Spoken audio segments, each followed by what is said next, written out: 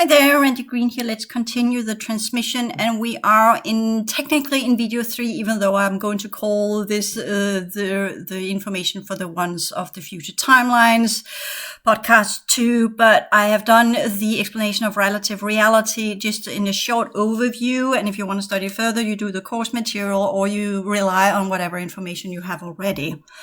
But I've explained again why I think it's important that you take your time to do my classes, because there you get the original understanding of the world you're actually part of, which they don't know on Future Earth, because there you were part of something else. And some of you are from futures that are not part of this quadrant, but have come from other places, and you have probably your mission statement already lodged deeply into your energy system, and that will activate when the time is right, if you understand how to activate it. So that's the problem that we are dealing with, is that you have got the engineering, you have got the mission statement, you've got the original architecture, but when you were born and as you were in the womb of your mom, different things were done to you, and that's some of the implications that you were aware of when you trained in the other systems, but you were not fully aware of how complicated it actually was going to be once you were lodged into this vessel of enormously dense kind of molecular structure, which is interesting because we say it's dense, but actually it's composed of emptiness, which means that it is not only distorted, all of that emptiness links up to distortion energies, but it's also damaged. So that means it's very difficult to create these patterns of higher energies that leads to the higher order sciences, from where you can integrate that from your original architecture. Plus, you probably have an inserted holographic overlay that steers all of your purposes and your function into artificial realities in either the fourth or the fifth dimension, which we are also seeing. So with that construction, relative reality, and you're thinking you're doing your mission, but in fact you're linked up to artificial timelines where you're doing your mission in a virtual reality, which leads to no effect other than giving a vantage point to some of the opposing factions that are in the opposition of the future Earth. Because as I talked about, they are the top rise of the races that were part of the first, second, and third cycle. So we are dealing with some pretty severe forces. Those of you who have the original Orion Elder Strand, you are connected to the underworld on the second cycle that goes with what happened in Mesopotamia. Those of you who have the seventh cycle imprint that goes with the Octorian system, that's the Pegasus system actually, that goes with the sigil of the Pegasus, the horse with the wings, which is what the Pegasus host field were technically aimed at, but didn't succeed well because they put it in prematurely. We had the whole 3-year last period with all of the different counter forces that technologically put in a countermeasure to these, to the host field, and by that technically has completely nano-destroyed it on all of its levels. So it's now highly technological instead of being with the original progression dynamics. So that's the battle of the 1-7. They are fighting the android races and the transhuman agenda and the nanotech progression dynamics that they use. And it's not progression because we're using original consciousness to do so, we're using the original lineages and the original genetic composition to alter energy. And then there are the ones in the 9th dimension. You are not activated yet at all whatsoever. And you are here from some of the Andromedan system, and that is, you are in your 20s right now, so you are going to do the mental telepath level of it, and you are probably already being interfered with quite severely in all ways and forms, which is some of the psychological processes that you are to do. So for here and now, just focus on the ones in the 30s and in the 40s, because those of you in your 40s, you are probably to a large degree part of the first seedings, that the forerunners that would lead to the ground of the ones in the 30s that were supposed to be able to do their work. But it's not that simple, because some of you were actually supposed to be born in a different time, but you were snatched and put into another timeline and another body. So we can't really count on the age differentiation and say, oh yeah, because you're 30, then you're supposed to be part of that project. We can't count on that, because entering into this system and going through the different transfer chambers and into the physical form here, even though, which I know from personal experiences, even though that we thought we had allied here, it's for the highest bidder, right? The ones that are giving the best bid of survival will align with whatever they're being offered. And that's been part of some of our work here with some of the races that thought they, including the ones that infiltrated my group and have taken them out slowly but surely. So this is the problem. We think we have teams here, but as a matter of fact, it turns out that quite a lot of the teams we thought we had were perhaps not what they presented themselves to be in the holographic meetups we do from time to time between the different higher dimensional levels and the higher states of reality, and the ones that are operating inside this reality due to the holographic overlay technology that the technological races master to a degree that it has taken too long for the benevolent races to truly figure out what they were actually dealing with. They got one version in the holographic councils and the meetups, and then there was a completely different function and version of that humanoid in the true worlds. So they were saying one thing in the councils and doing something else in reality. And that's due to the progression dynamics of the highest good of the many and the understanding and the following of the true laws and the principles and the ways that we are around each other. We expect others to do the same thing. But the matter of the fact is the races that are here do absolutely not play nice whatsoever.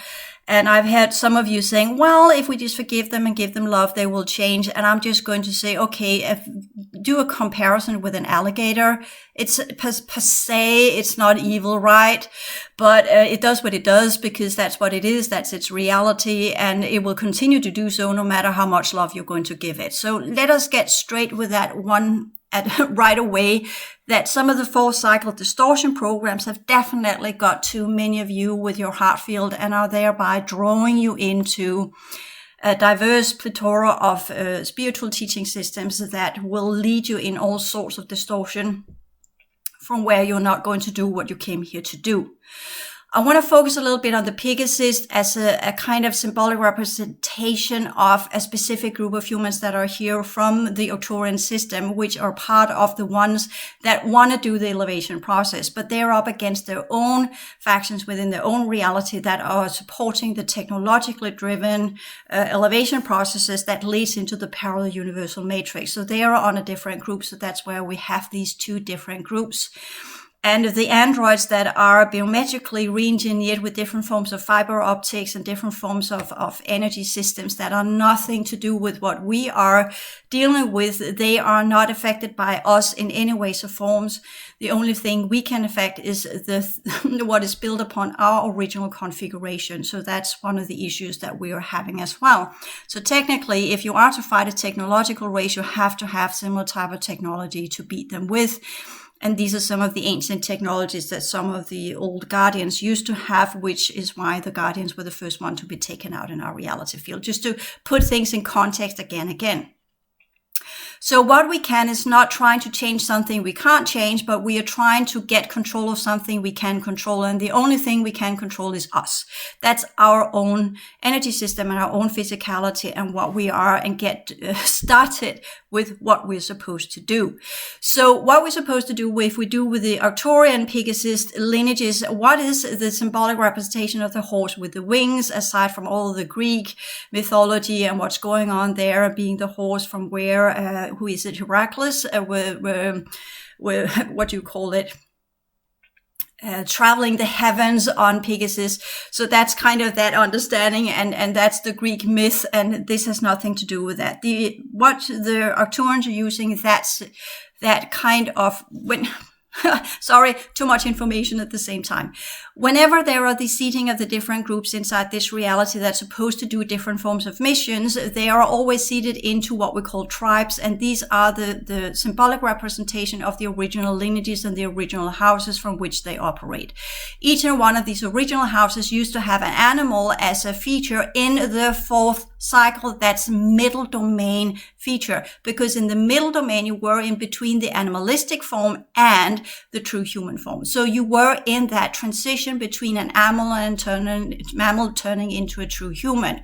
So that's from the square configuration into the pentagram configuration, or the arms and heads, arms, head, and legs that are standing upright, compared to the fourth cycle that were all four, which were many of the middle domain humans were still having that feature, which that turned them into kind of shape shifters. When they chose to go into the fourth domain or fourth cycle inside our reality, they could take on either mammal form, or they could take on their original fifth cycle version of whoever they were. If they chose to go into the fourth back in time, they would choose the mammal. If they chose to go into the fifth, that were not part of our reality at that point in time I'm here talking, they would go in their fifth dimensional version, but they stopped doing that due to the Dark Avatar Collective that targeted them and took them out when that happened. And that's some of the things that we lost in the time of Atlantis, the access to the original fifth dimension. So we are stuck with the fourth dimension. So the Pegasus is that group of people that are to transform energy. Pegasus is a symbol of transformation of energy. All of the features that you have when you talk about a mammal with wings is a symbolic representation of transforming the energies from the fourth into the fifth. That's what the wings are for.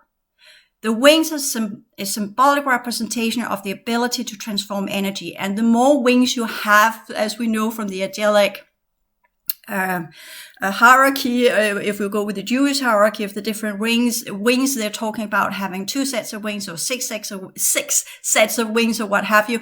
That's the ability of how they are able to transform energy from the different levels of their mammal composition. So that means, for instance, if you have a fairy that has technically 4 wings, 2 smaller and 2 larger, that is the fourth cycle ability to transform in the fourth dimension. If you won't have representations within the middle domain that in the fifth has wings whatsoever, because there the transformation is done. So in the fourth, you will have the different creatures that are able to either fly or be on the ground, or in some ways or form transform energy, all depending on the core flows they can create. These are the symbolic representation of their wings. So if you have a creature with 6 layers that is composing their wings, they're able to transform the fourth cycle energies into the 6th dimensional type of energy. So that's how you are to see these different features. But that also means when we talk about, for instance, if we have one of these creatures that are capable of, with 6 sets of wings, which is not as 2 sets of wings, but divided into 6 sections, they are having in pairs in that way. So the top level will go with the 6th, the middle layer will go with the ability to work with the 5th dimensional energies, and the bottom layer will be what works with the 4th dimensional energies. The transformation in the fourth is different than the one in the fifth and the one in the sixth. Just so you kind of see there's a difference there. And that will often be shown in different forms of colorations, which many of you that are sensitive and are artistic, you are drawing these things, but you are unfortunately interpreting it within the distortion energies and the distorted spirituality programs, and you get all sobby and emotional. This is not what it is. These different colors and these different types of wings show you which type of timelines you can work on, and it shows you which type of genetics you have got, and it is a symbolic representation of your mission statement. That is all that can be transmitted to you via the Arcturian system that is downstepping it into a symbolic representation inside this reality, because our frequency spectrum and our brain works within imagery that is highly controlled to only be part of certain features. That is also quickly altered and can quickly be intercepted, so that if they do send you a transmission composed of symbols and different forms of features, you will, since you are effectively being targeted for that transmission and you are intercepted, you will then interpret it in a way that is not for your highest benefit. So that's also some of the processes. When you do get the visions, when you do get the transmissions, you need to be on your guard to look for intercepting technologies, the cube technologies, as well as Android grades, as well as what's coming from the Arcturian system. That even though they say, oh, we are the Arcturians and we are from the 7th dimension and we are here to help you, don't count on it, because the ones that you actually came from would never ever give you such a transmission. Okay. Because they know you're highly capable of what you need to do, but they will send these transmissions to you in a coded form that only you can decode because it's part of your mission statement. So that's what you need to get into, get out of all of this distorted spirituality, deception programs and holographic overlay and interception programs, and get into the point where you're actually able to decode the transmission that you're getting. So what do you get in that transmission? For instance, if you do see a pegasus horse with wings, what are the colors there? Has it got rainbow colors? Well, then you can rest assured it's probably not from one of the benevolent factions, because what you need to get is not to get some pretty imagery that looks like a unicorn and you get all soft and mushy and you get all happy and you long for home and all of these kind of frequency insertions that are happening. That's the targeting by the psychotronic warfare that affects your heart field, makes you sad and sobby and closes you down. No, the actual transmission is that if you do get anything from the Arcturian system that is technically part of you, you are to look at the horse, and then it should right away, by the what we call third eye induction technology, should right away begin to transmit different code systems to you that would alter your brain frequency waves, your brain waves. From that, you will be able to see different code systems from which you will then know exactly what to do with these code systems holographically. That's a correct transmission.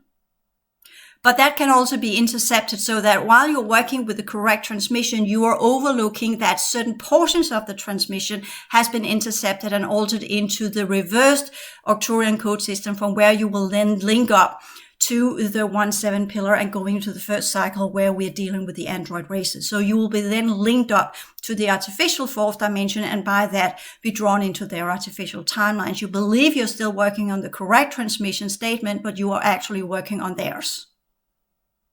So that's also some of the complications that we're dealing with.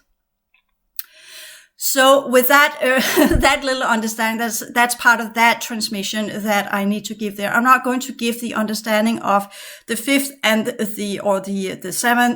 eighth and the ninth, because the eighth is much more complex and much more difficult and much more dangerous. And that goes with the underworld, as those of you who have that configuration, you know what that is, and you have. The last 5 years has been all about that activation process that were part of the 2-8 pillar.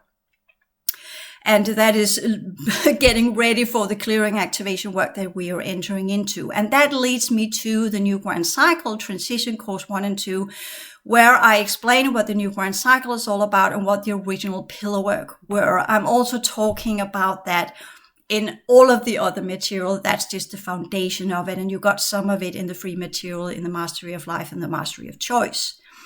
In the New Grand Cycle transition courses, there are also that is also part of, you get the whole philosophy book as a PDF as part of that course material, because the whole philosophy book is showing you and telling you how it worked in this system, originally speaking, and what was the original foundation, as much as I have been able to downstep it into a 2-dimensional book.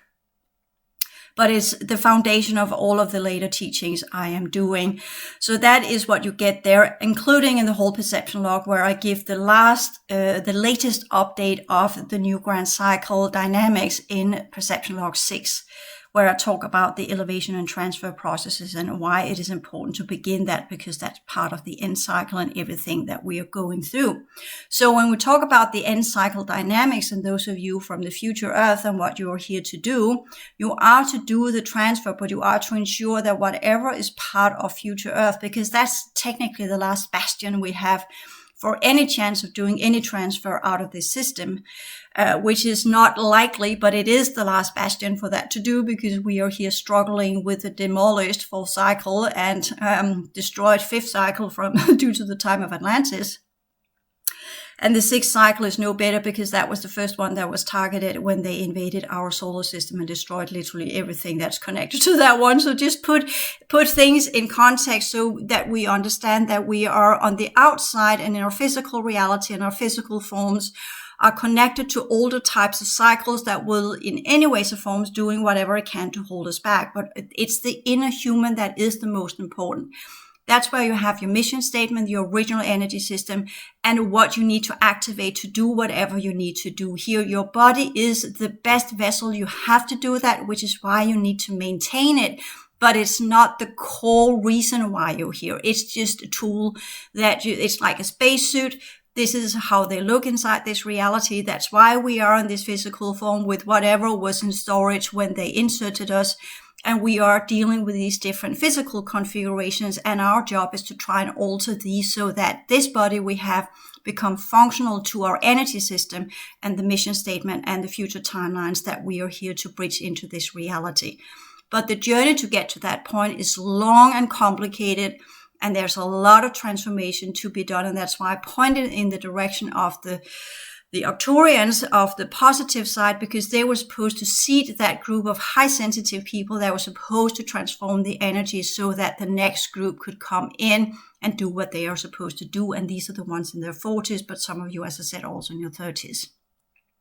Some of you have even been transferred into being in your 20s now, so we can't really counter that. But it goes with different periods of time where there are different gate systems that open. And the Pegasus host field was an attempt to try and reactivate the ones that were already seeded in. But as we know, that failed due to the last 3 years and what happened there, even though that they did a very good piece of work inserting the Pegasus host field, but the code systems it held were never catched up and latched onto by the ones that saw the Pegasus host or the Pegasus horse in their inner fields. And some of the ones that actually should have done the codes and should have been activated by it were intercepted and saw something else. And some of you that didn't belong on that host field also saw the horse, so that you would begin to work with it. And by that way, you would actually destroy the Pegasus host field. So this is what they are constantly doing here. So that's also part of some of the transmission that I am supposed to give to you. So with that one said, we will continue this process because it's a sequence, it's a transmission, but I'm doing it differently this time so that perhaps you will this time get to understand what you actively need to do to really seed in these energies that we are here to build if we are going to give the future any chance whatsoever for the human races inside our sector. Thank you.